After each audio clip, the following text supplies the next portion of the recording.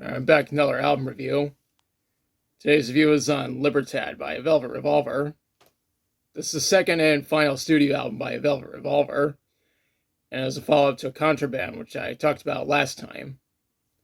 The album was recorded by Nick DiDia at Henson Recording Studios in Hollywood between December 11th, 2006 and February 25th, 2007. Nick DiDia has previously worked with Stone Temple Pilots, so to say that he and Scott Weiland knew each other well would be an understatement. Velvet Revolver announced that they began work on a second album in late 2005. They were planning to make a concept album, but these plans fell through because they didn't know what the concept should be. They tried working with Rick Rubin as a producer on the album, but these plans fell through. The band later settled on Brendan O'Brien, who would produce and mix the album by himself. He mixed the album at Henson Recording Studios. Scott Weiland already had a lot of experience working with Brendan, since he had produced the first 5 studio albums by Stone Temple Pilots. Additional engineering was provided by Billy Bowers and Douglas Green. The mixing assistants were Tom Sarowski, Matt Serachio, Glenn Pittman, Kevin Mills, and Tom Tapley. The album was released on July 3rd, 2007 on RCA Records and distributed by BMG. The album contains much of the album's... it still contains much of the hard rock sound of its predecessor, but there are some songs that venture into blues rock. Now let's talk about the songs. The intro to this album is Let It Roll. The best way I can describe this track is that it starts the album off quite well. After that is She Mine. After reading the lyrics, I conclude that Scott wrote this song about his lover. The next track is Get Out the Door, which was released as a single on January 29th, 2008. I read online that the lyrics are about a trans woman, and I have publicly stated that I'm all for trans rights. After all, I'm friends with some people on social media who are trans. I even support a number of artists and YouTubers who are trans. I would like to say this is my favorite song from the album. My dad regularly plays it on his radio show. Anyways, the music video was made for this song, and I'm including a link in the description. Up next is She Builds Quick Machines, which was released as a single on May 21st, 2007. There is a music video that was made, and I'm including a link in the description. The video is really cool because there's fire, explosions, and guns. It's definitely something that Beavis and Butthead would enjoy. Next up is The Last Fight, which was released as a single on August 20th, 2007. Scott wrote the song about his younger brother, Michael, who tragically passed away from a drug overdose. In fact, the album is dedicated to both Michael Weiland and Daniel Sorum. This probably explains why the track ventures into blues rock. The music video was made, and I'm including a link in the description. There's also an alternate video, and I'm including a link to that as well. That's followed up by Pills, Demons, and etc. The title says it all.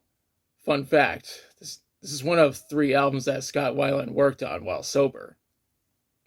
The other 2 being Core by Stone Temple Pilots, as well as STP's self-titled album from 2010.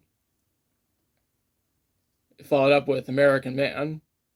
My dad regularly plays this track on his radio show. What comes next is Mary Mary. I'm 100% positive that Scott wrote this song about Mary Forsberg, though Scott and Mary divorced in 2007. What comes after that is Just 16. The following track is Can't Get It Out of My Head. It's actually a cover of the song by Electric Light Orchestra. I've never heard the original version, but I like this cover. Maybe I should get around to listening to Electric Light Orchestra someday. The track after that is For a Brother. I mentioned earlier that this album is dedicated to Michael Weiland and Daniel Sorum. Since Scott wrote the lyrics, I'm assuming that's about his brother Michael. The track that comes next is Spay. The finale of this album is Grave Dancer. This track has a hidden bonus track called Don't Drop That Dime. I should mention that the Japanese version has a bonus track called Gas and a Dollar Laugh. On this version, you know, Don't Drop That Dime is a hidden bonus track on Gas and a Dollar Laugh. And as you can see, this is the Japanese version.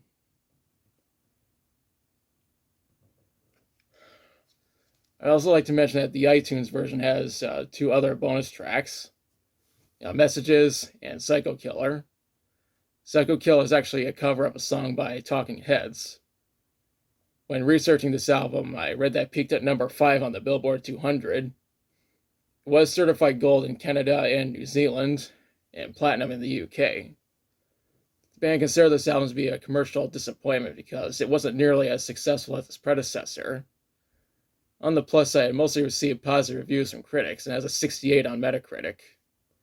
It's just that the Austin Chronicle gave it 2 out of 5 stars, which proves that the Austin Chronicle is full of shit. Now for my thoughts. In some ways, I think this album is better than its predecessor. It's just sad knowing this was the last album from Velvet Revolver, and Scott Weiland was fired from the band on April 1st, 2008. He later rejoined Stone Temple Pilots for their reunion, but that's a different story. Velvet Revolver tried auditioning new singers and supposedly recorded an entire album with Corey Taylor on lead vocals. And this is according to a Kerrang article about unreleased albums. But that supposed album has not been released at the time of me making this video. I'll leave a link to the article so you can check it out for yourself.